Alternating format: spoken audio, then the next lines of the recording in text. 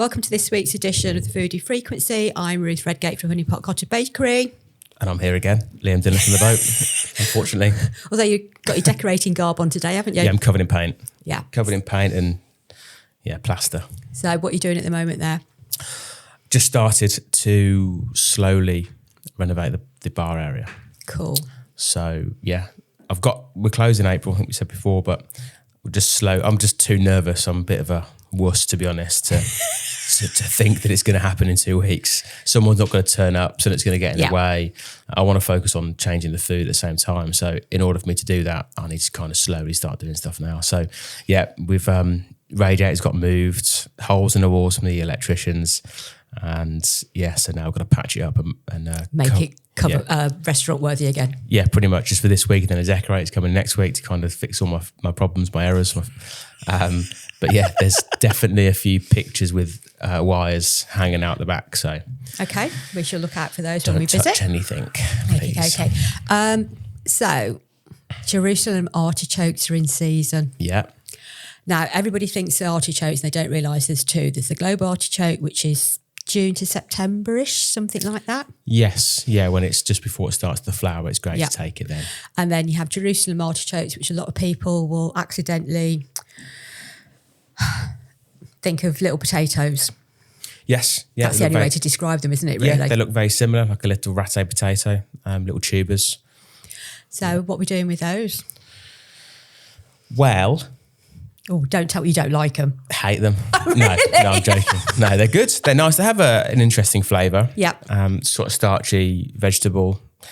I've used them before in many different variations, to be honest. They're very versatile vegetable.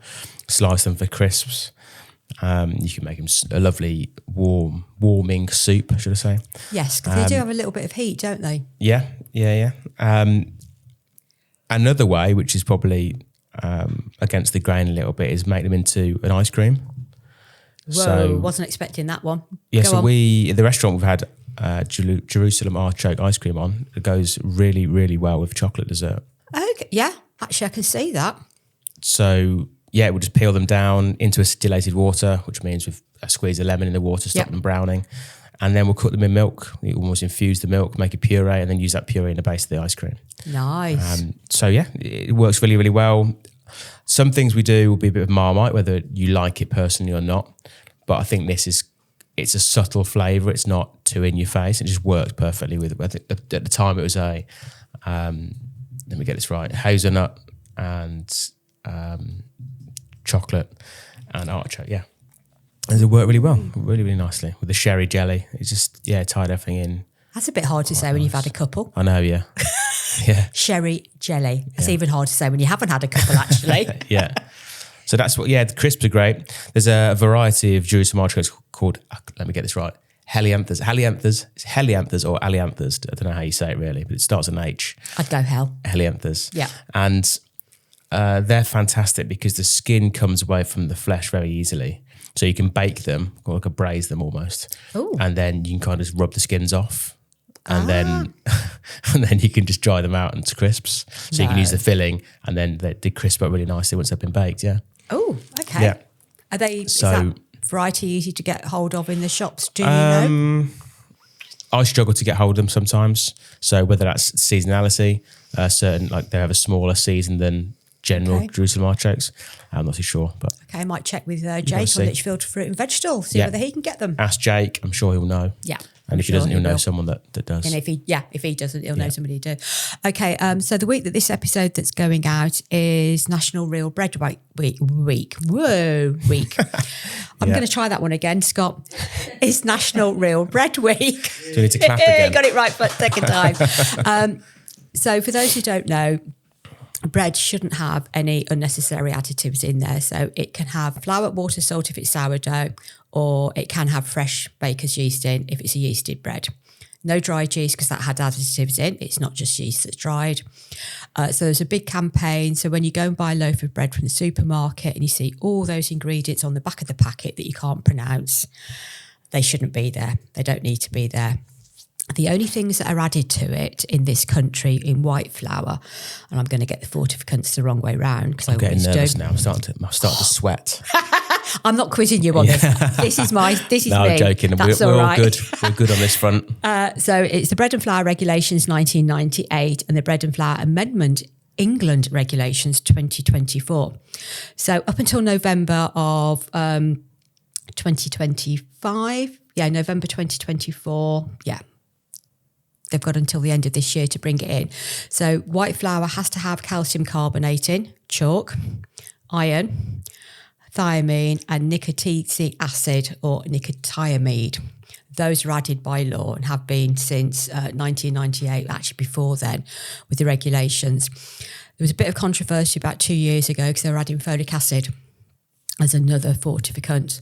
The logic being they need it in certain foods because not everybody's getting enough folic acid when they're pregnant, etc., etc., etc. But there's a big backlash on it. All white bread flour has to have folic acid added into it by the end of this year. Now, that means for me, if I don't want to add another additive, I've now got to find another supplier that does stone ground white flour and doesn't do it in bulk.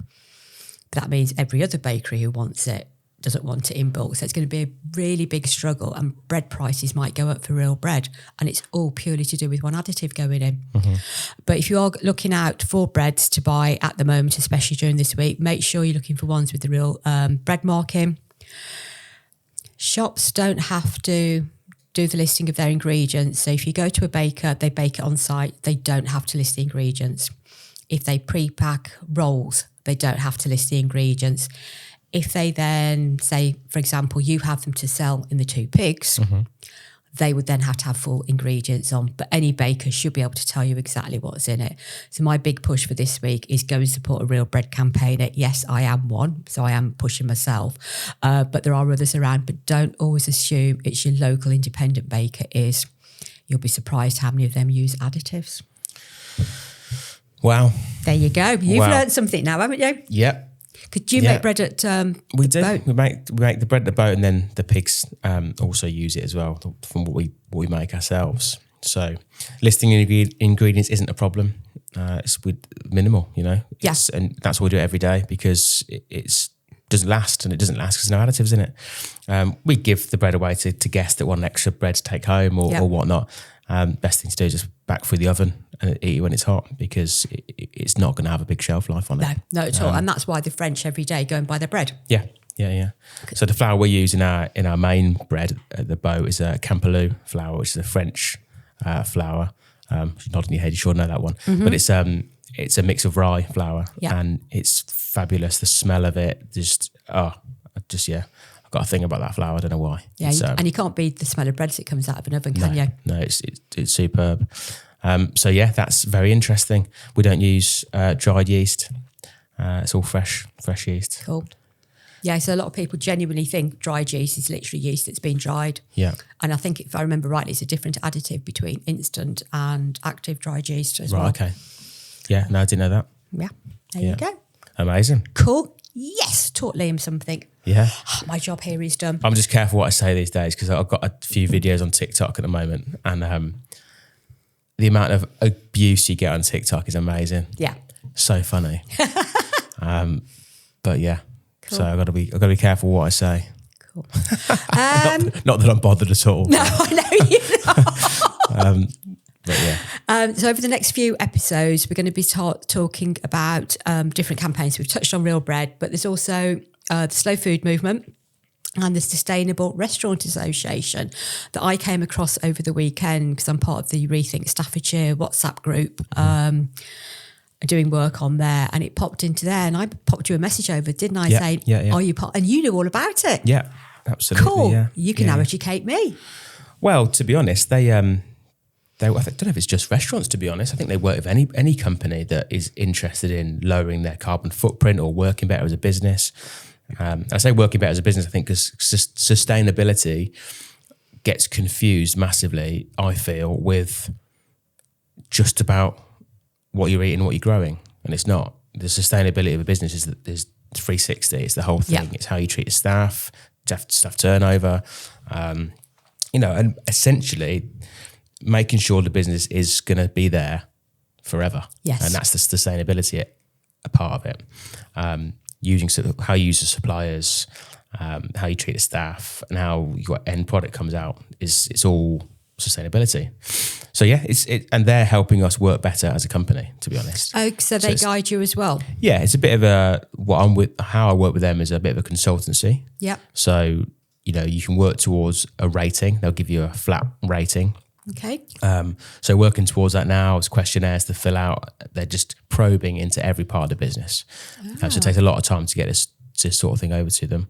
But when we've finally got that sorted, then they can give us a rating that they can say, they can guide or gauge how well you work as a company at that moment.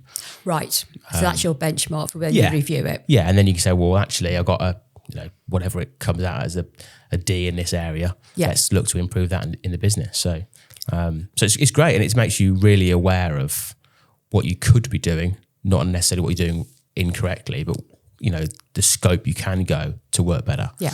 We work with them for a few years now, to be honest. Oh, right. So you said a few years. Can I probe roughly how many? I think it's coming out of COVID, to be honest. Oh, really? Yeah, because I was looking into a lot of ways that we work on the ground, the animals and the garden and stuff, and our brand. And then I came across them. So I reached out to them, and just been, it's been put on the back burner a little bit because of opening the 2 pigs. But yeah, we still are. And is it an accreditation, for want of a better word, that you have to do it separately for the boat and the 2 pigs? Or yeah, both companies would be assessed separately. But yeah, it is, like you say, it's an accreditation that you can be very proud of having. Whatever market is, I think you should be proud of where you are, because it just shows the effort that you're looking into. You're aware of how your company's operating, or how it's, the effects it's having. So yeah. Right, this is definitely going to put you on the spot, and I do apologise for doing that in advance. Are you aware of any Staffordshire restaurants that have got any accreditations or anything on this? In this one, I don't think so. But it's not something, that I've found a real good forum to say who is and who isn't. And I don't think it's a negative if you're not doing it. Yep. It's kind of a personal thing, I feel, as well. Just if I want to work better, I'm going to use this. I'm going to use their guidance, right, to help me to make sure my company is going to continue to, be around. So there's not a guide like the Michelin guide, or you can't go on the food government website and go, here's your 5-star or your 4-star hygiene rating, as far as you know. No, I think it's just, I think companies, reviewers are always interested to see if you have the more accreditations, the better sort of thing. But I don't think it's a hindrance if you don't have it. Okay. I don't think you're judged down because you're not doing that. Because it's a very different thing, isn't it? It's a difficult thing to kind of spend time probing into your own business, all these areas where you can improve. Yeah. Early days at the boat, I didn't really care. I just wanted to make sure we were going to be around in the short term, let alone worrying about long term. The future. Cool. Yeah. Okay. Be interested to hear how you keep getting on with that. Yeah, looking forward to getting that over to them and getting our grading, essentially. It's like being back at school, isn't it? Yeah. It is. So have you done your homework? Yeah, it's quite nerve-wracking because you're going through things. There's pages and pages of details. It's like someone going through your knicker drawer, and seeing all the bits and bobs of the business. And that's quite difficult to kind of let go of as well. But I know it's going to benefit me because these people know what they're talking about and, may have better ways of sourcing my ingredients, or do I have a policy in place for ingredients and making sure my suppliers are working correctly? So that I can sit back and say, you know what, we're doing everything we can to work in a better way. And that's all you can do, isn't it? Yeah, absolutely. Cool. Yeah. Okay. I think the Rethink group might want to have a chat with you about that in more detail. Absolutely, yeah. Get you involved in that. That'll be another WhatsApp group for you. You'll enjoy that. Yeah, brilliant. Yeah. Bring it on. I'm going to set fire to this phone soon, I think. Okay, the classic. Which came first, the chicken or the egg? It's got to be the chicken. Well, how do you get the chicken? Because if we're going down the route of God, okay, well, I'm very impartial. Did he, mate? Oh my God, I've got flashbacks to TikTok. Yeah. Rewind. But he, she, it's whatever force made humans. Yes. Didn't make the baby first. Okay. So the same principle applies to chicken or the egg. You made the chicken first. Okay. Made a male chicken, a female chicken, and then the egg came. There may be little ones listening, so we'll speak to your parents about how the rest of it works. Yeah, sorry about that. On that note, I should be leaving now. Yeah. So, shall we talk chickens or eggs for recipes then? Which would you like to do? Should we do chickens because you said chickens came first? To be honest, I never really get a chance to prepare, so you tell me what we're going to do first. I know, we just ping notes over to you. Yeah. Chickens then. I've got a question for you actually, Ruth. Oh, go on then. Honey's not vegan. No, I know. Why? Oh, it's that big debate. So there are vegans who say it isn't, and there are vegans who say it is. Yeah. Because it's a byproduct of being a bee, but it's also the bee food over the winter. Okay. So if you want to divide a group of vegans, honey's your question. Okay. I do eat honey, but I don't actually particularly like honey. I just can't get my head around it. Yeah, no, I'm with you on that. Is it because you're stealing from the bees that would have been eating it? Yeah, it's their food. It's their food in the hive over winter. So if it's been a bad... So what about eggs? Oh, don't even go there. Unfertilised eggs? Don't even... How do you know they're... Right, we're not going there either at the moment. We are talking honey. We're talking honey. Yeah. We will get a beekeeper on, but if I remember I'm a beekeeper. Oh, are you? Yeah. But you should know then, during the winter, sometimes if there's not enough pollen in there, if there's not enough honey in there, you have to feed them, don't Correct. you? And that's where the vegan comes in because you're taking their food. Okay. All right. I'm not even going down the conversation of eggs. So let's say that the boat is a vegan-friendly apiary. Yep. Because we don't artificially feed. Yep. Then the chances are you wouldn't get as much honey or you wouldn't have enough bees over winter because they wouldn't have enough food to survive. As long as you know what you're doing, it's okay. Okay. And do you know what you're doing? Absolutely. You're going to wear your suit next time? If you want me to. Yeah, go on then. That might be a different show as well. Yeah, right. Oh dear. Yeah. But no, that is the divisive. We decided on chickens. Yeah. But no, that's the divisive questions with vegans. It really, really is. Yeah. And to be honest, I've never really understood it. Yeah, I think if you are just stripping the hive full of honey, and then through the winter you're feeding with baker's fondant, which I don't actually. I did feed before baker's fondant, and then I found coming out of the winter there's a lot of dead hives. Whether it was something in the fondant or there wasn't sitting right, whether the cold affected with the fondant, I don't know. So I leave frames of honey on now. Yeah. And does so that I take spare. seem to work better? It has done this with first year of just leaving frames on. Cool. And then you take frames off, you spin them to get the honey. Everything we have at the boat is unfiltered, so it just passed through a sieve, not heated, because then you remove the nutritional value from it. And yeah, just put extra few frames on. They clean all the frames up over winter, and they eat all the honey and the nectar. And yeah, and go from there. So we'll see. But I'd like to think it can't damage the bees because it's their own product stuff. Yeah, yeah. You're not putting anything in that's processed, cool. Bought in. We'll do eggs another day. So I'll let you know how they get on. Cool. Okay. So chicken. Yes. Recipes for home, recipes you do at the restaurant. Is there any particular sorts of chickens that we should be looking at when we're buying them or anything like that? Yes, lots of questions there. Which one would you like me to go back to first? No, it's fine. I'll get through them. Recipes for chicken, yes. To be honest, if I'm in a supermarket and the wife wants chicken for dinner, I'll just buy the whole chicken and then we'll just break it down. Yep. It's if you've got time, space, and to chill it all down and look after it, and you can get a few dinners out of it. We did, it's a bit chefy, it's kind of not really the thing. Most times I would do at home, but I had the time, so carcass down for stock for the day, pass it off, use that stock for a risotto or whatever you want, or you roast the chicken on the crown. So take all the gubbins, cut the spine out. And then you got the wings and the crown on a load of veg. Gubbins, you mean the innards? Yeah, if they're still in there, yeah. In that plastic bag? Yes, yeah. Make sure you take that out.